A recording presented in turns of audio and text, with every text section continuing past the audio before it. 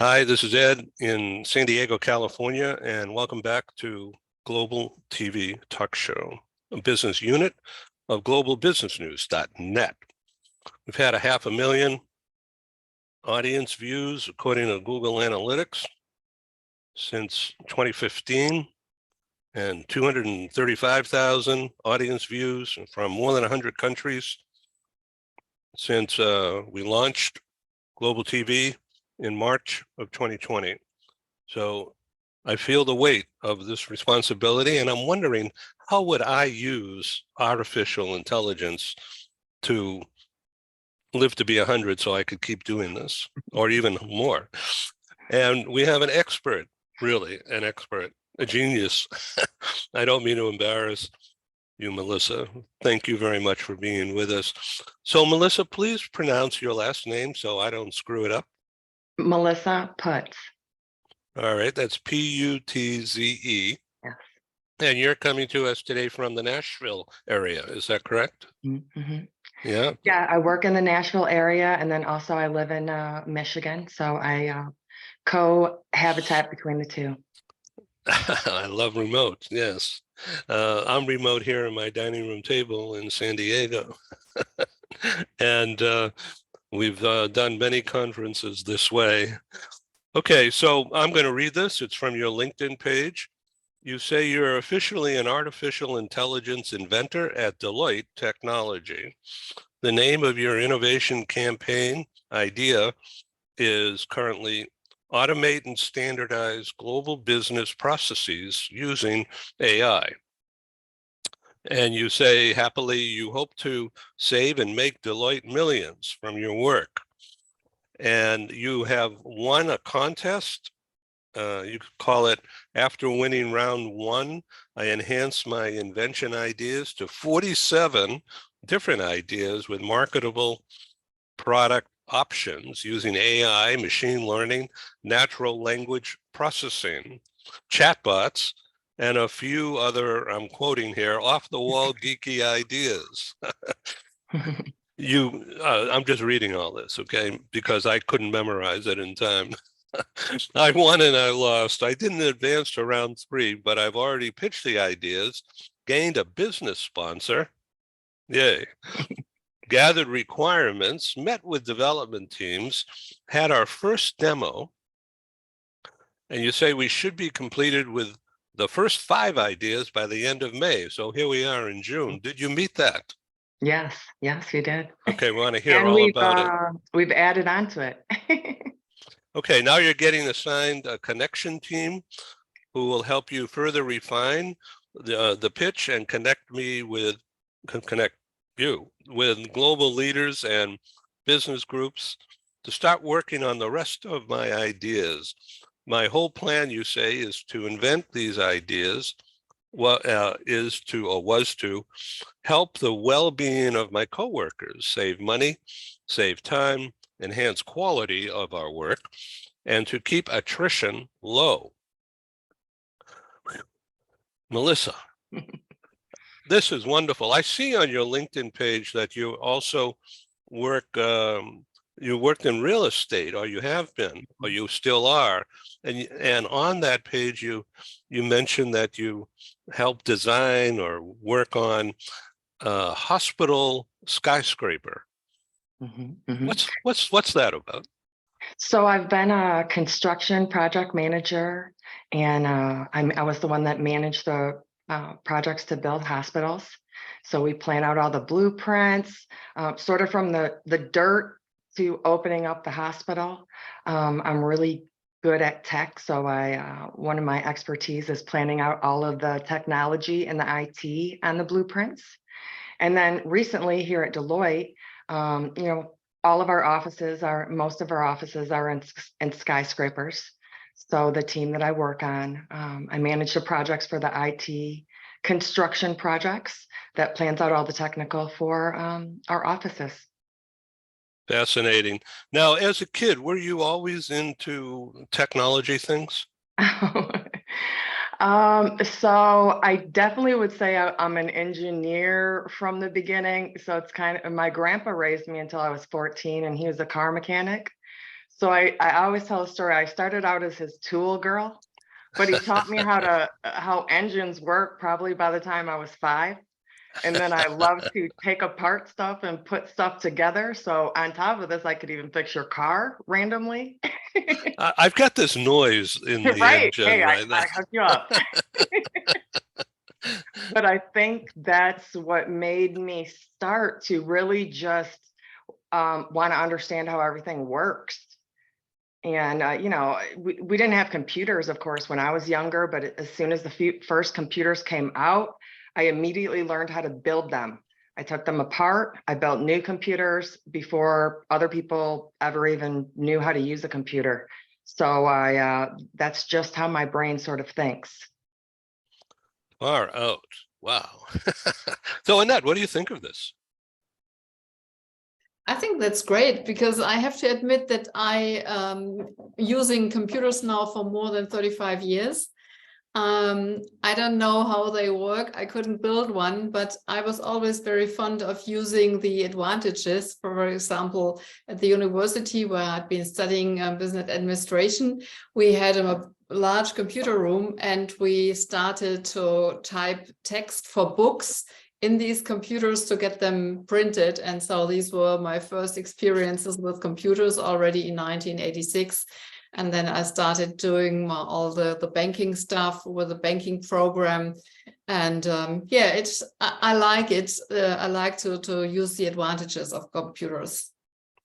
So we shouldn't be afraid, right, of AI, Melissa? Oh, well, let's be honest here. I'm blunt. I think we should be a little bit concerned.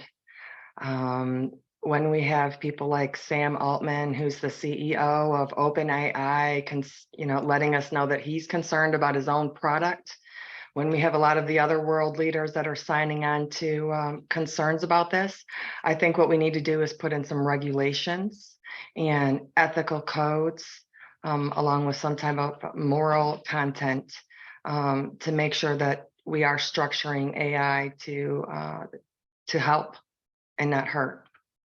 Let's talk about the hospital idea again. And I say that because on next Tuesday, my life partner, Joanne, is going to have a hip replaced. And so that's major. But then again, so many other people that we know of have had that operation and they're up and around in a day or two. Mm-hmm. So that's all technology, isn't it? Yeah, technology definitely plays into that. The one thing I loved about managing projects to build hospitals, and I've also had some healthcare background with telemedicine, robotics also, but it's just the innovation and technology that is coming about with healthcare, especially with robotics and AI, are going to help people heal quicker, help people's well-being, get them out of the hospital and back home. And it's going to be, I think, save the world type of AI technology that's really going to save people. So I want to ask you, this is unrehearsed audience, as you could tell. We have an outline, but it's purposely not scripted so that it's more spontaneous and hopefully you, the audience, enjoys and sticks with us the next 20 minutes or so. I promise you, you're going to learn a lot. So in telemedicine, one of our advertisers is into that big time. It's called betterhelp.com, and it has to do with mental well-being, not just in the workplace, but anywhere. People call in or just go to betterhelp.com and you'll see all this magic. And it's very low cost, and I haven't used it myself, but I know people who have, and I know the guys who built it. Because they're one of my advertisers, they're spending a lot of money using my audience amongst other audiences. They figured out how to use the technology to assist a lot of people. I'm talking millions of people have used this thing, betterhelp.com. I'm going to not promote them anymore on this show. Don't worry. But how would you say AI is helping telemedicine? Oh, AI and a combination of robotics is very exciting. So one of the ways AI I think is going to really help is, so you know how we have electronic health records.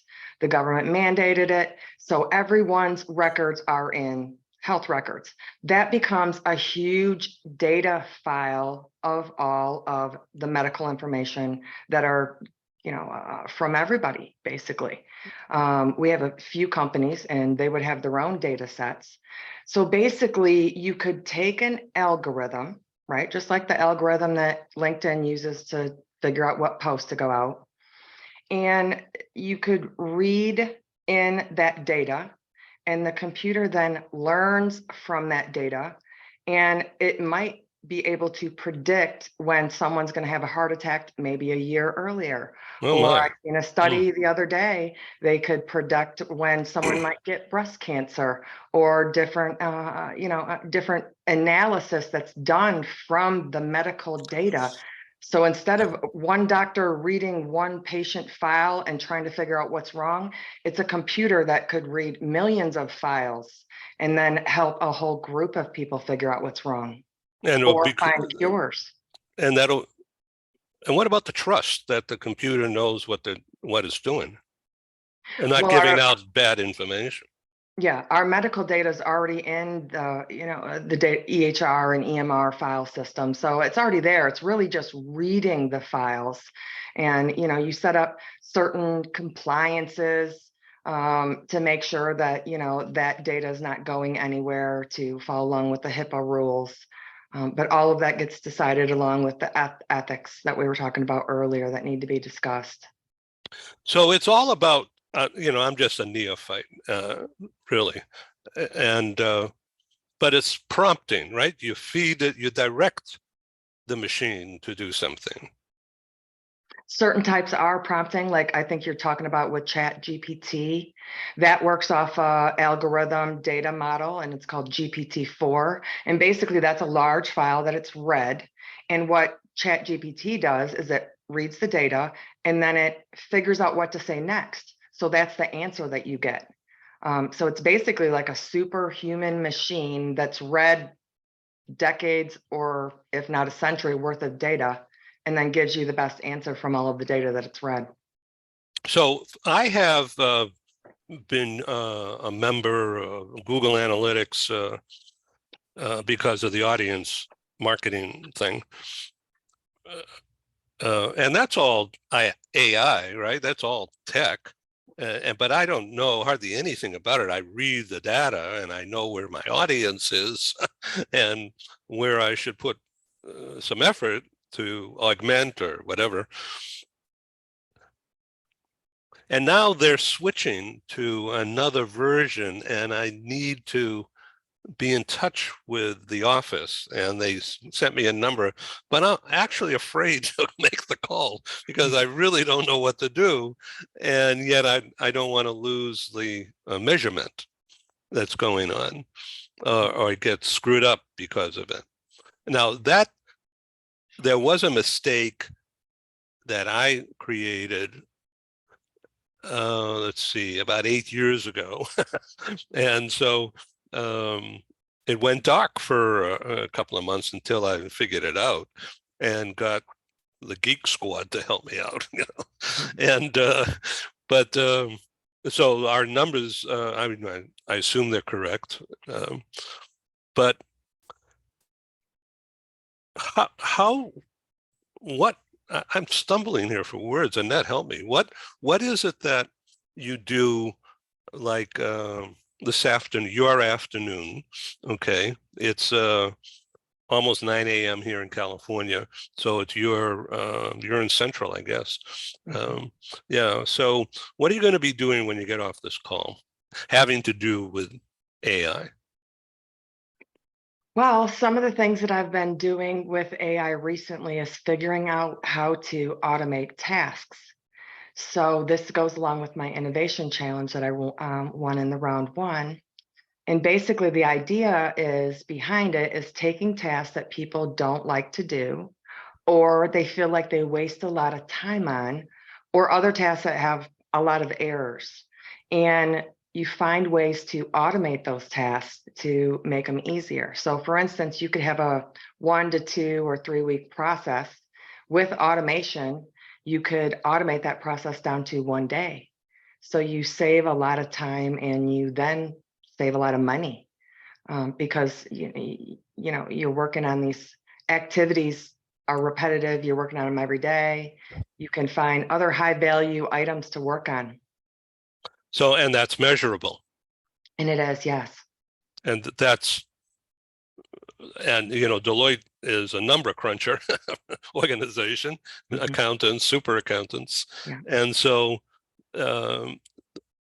how will Deloitte use this? One miracle. Well, I think the whole world is going to be using AI, and it's really just breaking through right now. Deloitte is one of the experts in AI and generative AI. And I know they do, I don't specifically do consulting, but we consult with teams to help them even figure out how to do AI. So we are really turning into one of the world leaders in artificial intelligence and machine learning. And it's really just finding out ways we can use it to better our company and better the clients and customers experience that we work with. So the whole process here is the computers and AI may run the world, but people like you, certainly not me, run the machines. Yeah, you definitely will have to have some human interaction. A lot of things can be automated, but there's higher level decision making that needs to be taken. There's people that are working with AI. And then, I think another aspect of this is exciting is AI is also going to create a bunch of jobs, maybe jobs that we don't even understand yet. But figuring out how to change and evolve with AI is going to be very important. Okay, Annette, please jump in here. Oh, I'm really convinced about this because when I compare times when I was young and to the times when my children were young, so my children, the oldest one is 31 now, they kind of already grew up with all the computers, with all the mobile phones and so on. And I'm really convinced that this development, it will not go in a linear way, but more in an exponential way. Mm-hmm. And as you know, I'm a coach and speaker, and as coaches, we are already talking about if leaders, AI leaders might be better leaders than human leaders because they don't have this, let's say, human bias. If a human leader, for example, doesn't like one of his employees, it's possible that he or she will not behave in, let's say, a neutral way. Whereas if it is AI who is giving the tasks, there won't be this bias. So in my opinion, we can't yet imagine in which direction this will all lead us. And I always compared with the mobile phones. I really remember when I started with the big Nokia one, and what nowadays I'm doing most of the things on my mobile phone. So sometimes I don't even use a computer any longer. And I'm really convinced that this will, yes, it will be another great shift, even bigger than the ones we had before. Mm-hmm. So let me ask you both, first Melissa, about the phrase women in tech. Mm-hmm. Talk to my audience, which is now your audience, and more than half of our audience is female, according to as far as Google Analytics is able to discern beyond my own contact. How should women learn more or be open to learn more or to be less fearful? Well, I can actually take it off of what Annette just mentioned. AI is a little biased. And that leads into why we need more women in tech and why we need more women in STEM. So if you take all of the information that's ever been wrote, that information is inherently biased. And if you don't train AI how not to be biased, the bias that is wrote will show up in AI. So what we really need is we need women and diverse groups to join into the AI group so we can have that diversity in women in tech, so we can make sure that these systems are built and they're not built inherently biased. Take HR tasks. What if we automate HR tasks with artificial intelligence, but the bias and stereotypes that have been going on for hundreds of years are inherently in AI, then we train a system to hire with that same bias. So we have to keep that in mind. And I think the more women and groups of different diverse people are included in this, the better the product's going to become for everyone. You just mentioned NAI. What is that? Oh, no, and AI. Oh, and I. Okay, I'm sorry. That's my ears. Okay, so let's talk about STEM. So I have another series called Global Medical TV talk shows, and it was developed in partnership with Mark Koln from an old friend. He has been plagued with Parkinson's past 15 years or so. And so he wrote a couple of books, and he's a TEDx speaker about how to deal with Parkinson's. And one of the shows that we produced, and I'll send it to you when we're done here, is with Mark co-hosting with me a TV Zoom interview show, which I produced. And we had an executive with a company called Axiom Space. They're in Houston at the Space Center, and they're building and marketing the new commercial space center, which is now being built. And part of it's going to be a commercial venture. And the National Stem Cell Foundation in the US, the head of that is Dr. Paula, and I can't remember her last name right now, but I'll send it to you. She was our guest speaker, and she talked about how the space station, why is that so important?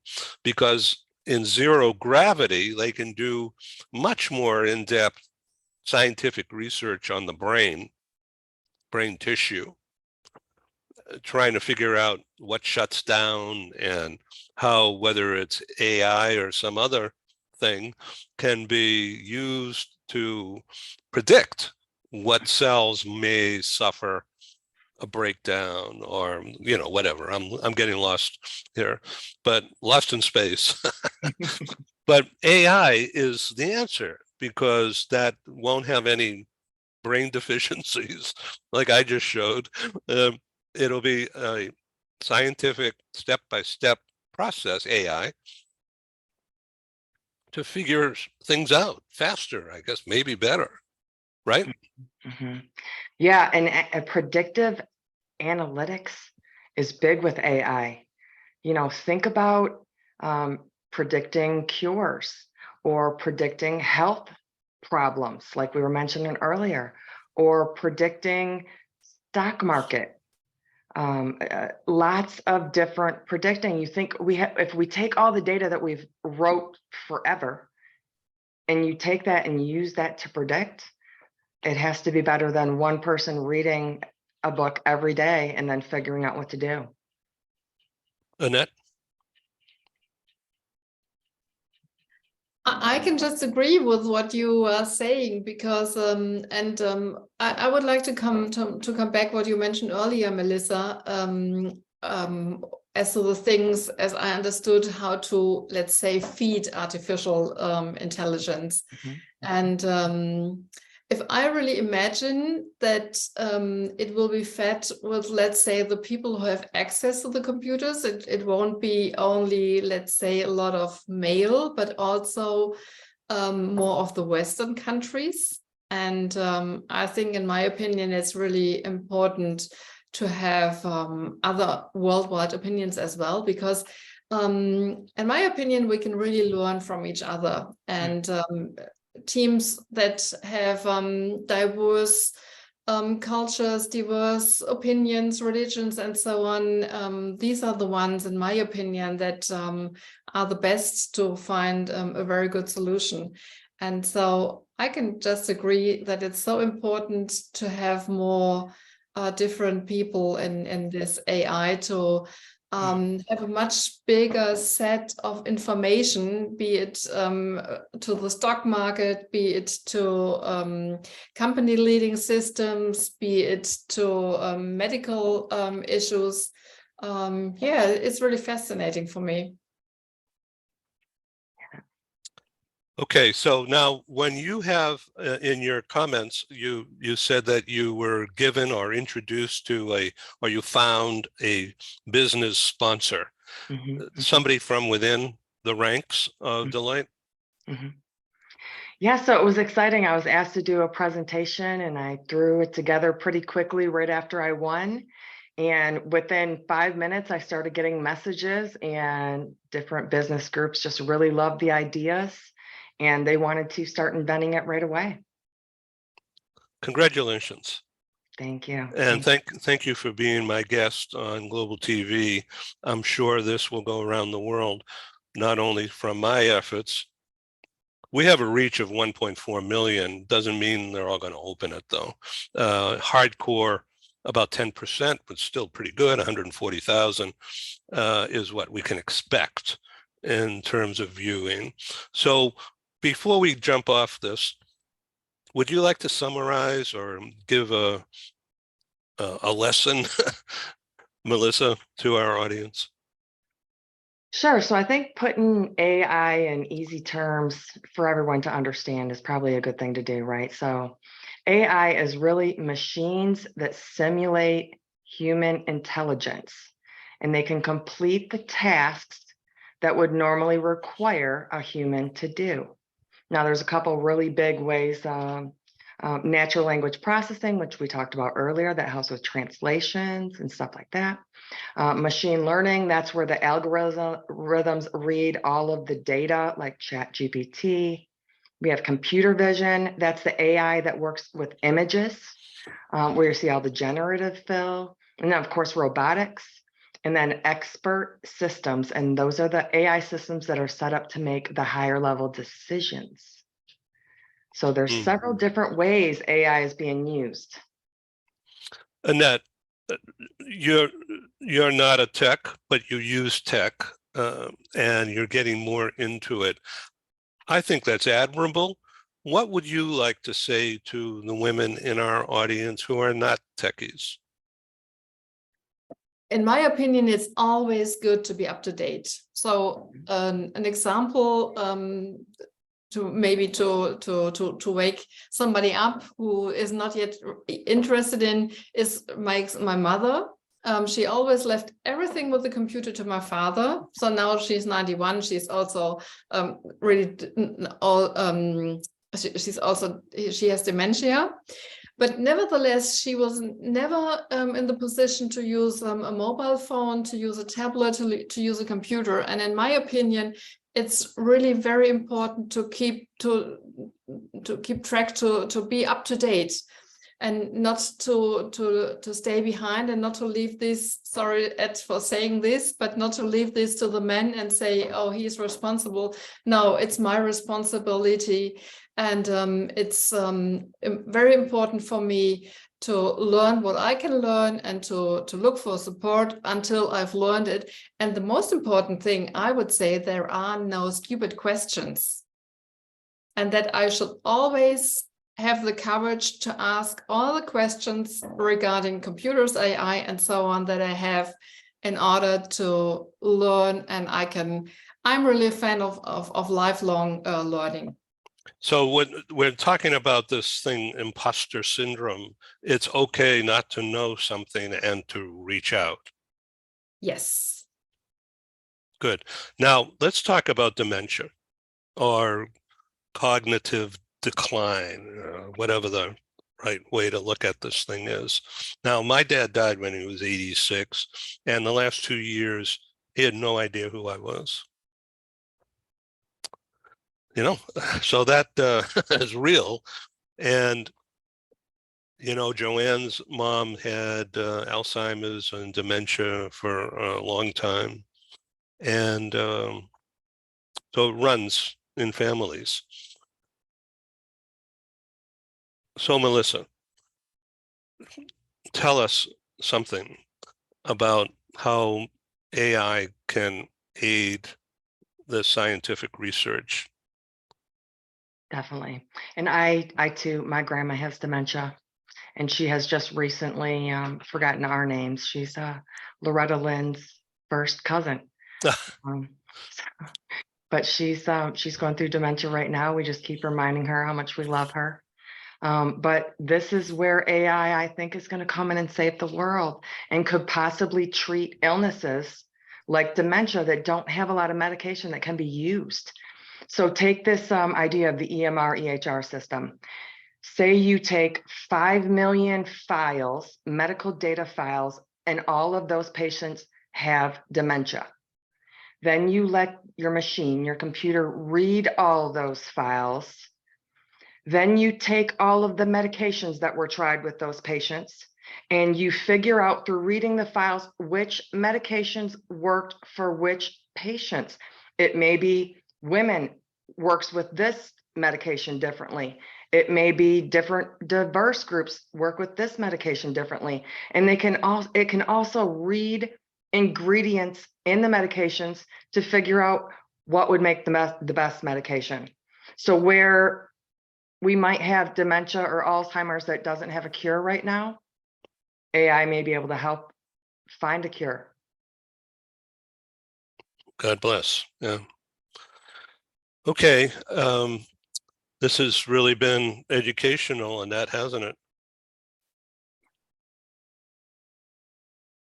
Yes, of course. I always love your talks and I always love to get new insights. So I was kind of very curious and interested to hear what you have to say, Melissa, because I always admire people who are kind of in a special topic. And I could really imagine that you're a role model for more, especially young women, to really be interested in this topic.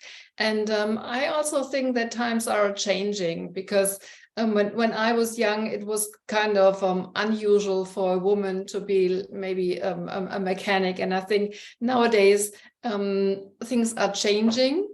And I think that it's that also girls and women have more possibilities and opportunities than we had when I was small.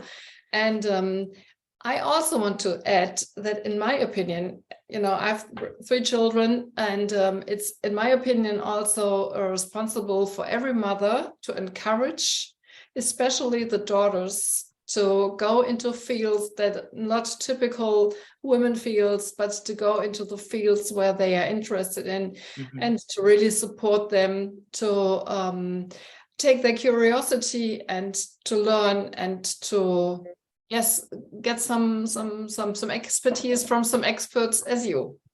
Yes, definitely. I've raised or helped raise 9 children, and they are all tech geekies kids. So I have 2 that are also going to be doctors and are going into healthcare. So I too think it's very important to share your knowledge to your children. Okay, I thank you very much. Spell your last name, Putze. All right, and I'm just playing with my machine here to bring up your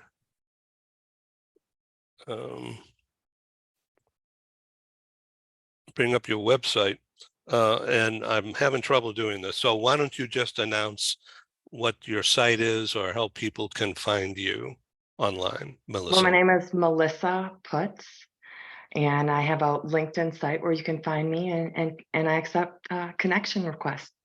So please reach out. And if you ever have any questions about AI or tech, or if you want to be excited about women in tech or girls in STEM, I'm open to talk about all those discussions.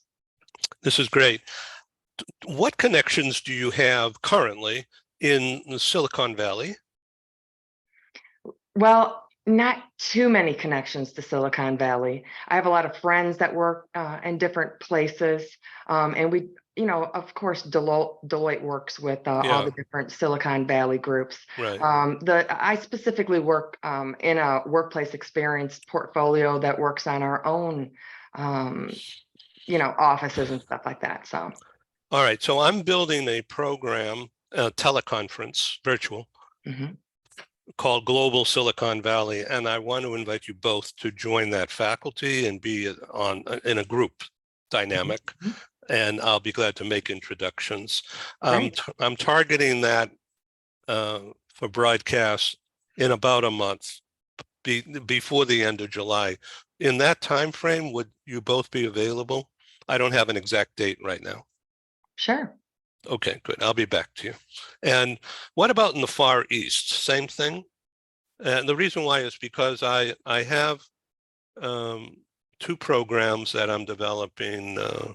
This is what I do. I build media. So, and then I try to find speakers and sponsors. I come up with the idea, maybe a glass of wine too many, but I think about these things and then try to find, build a case around it. And maybe if I used AI, it would be faster, better. I don't know. But so Global Japan is going to be a TV talk show, and it'll be in late July, early August. And then I'm also going to be doing South Asia, Global South Asia, which will be focused on Kuala Lumpur, Singapore, Australia, New Zealand, and maybe India. I don't know yet. And I'm trying to find people like you who are cutting edge in whatever, and bringing people together in what I call the global meeting room, which is this. So thank you again for being on Global TV, and I'm signing off, and have a great day. Thank you, Annette. Have a good evening, and let's stay in touch. Thank you very much. And Annette, you're going to be on Global LA, aren't you? Yes, next week. Yeah, next week, June 21. So thank you very much. Yes, thank you very much. Nice to meet you, Annette. Nice to meet you, Melissa. Bye. Thank you. Thank you, Ed. Thank you.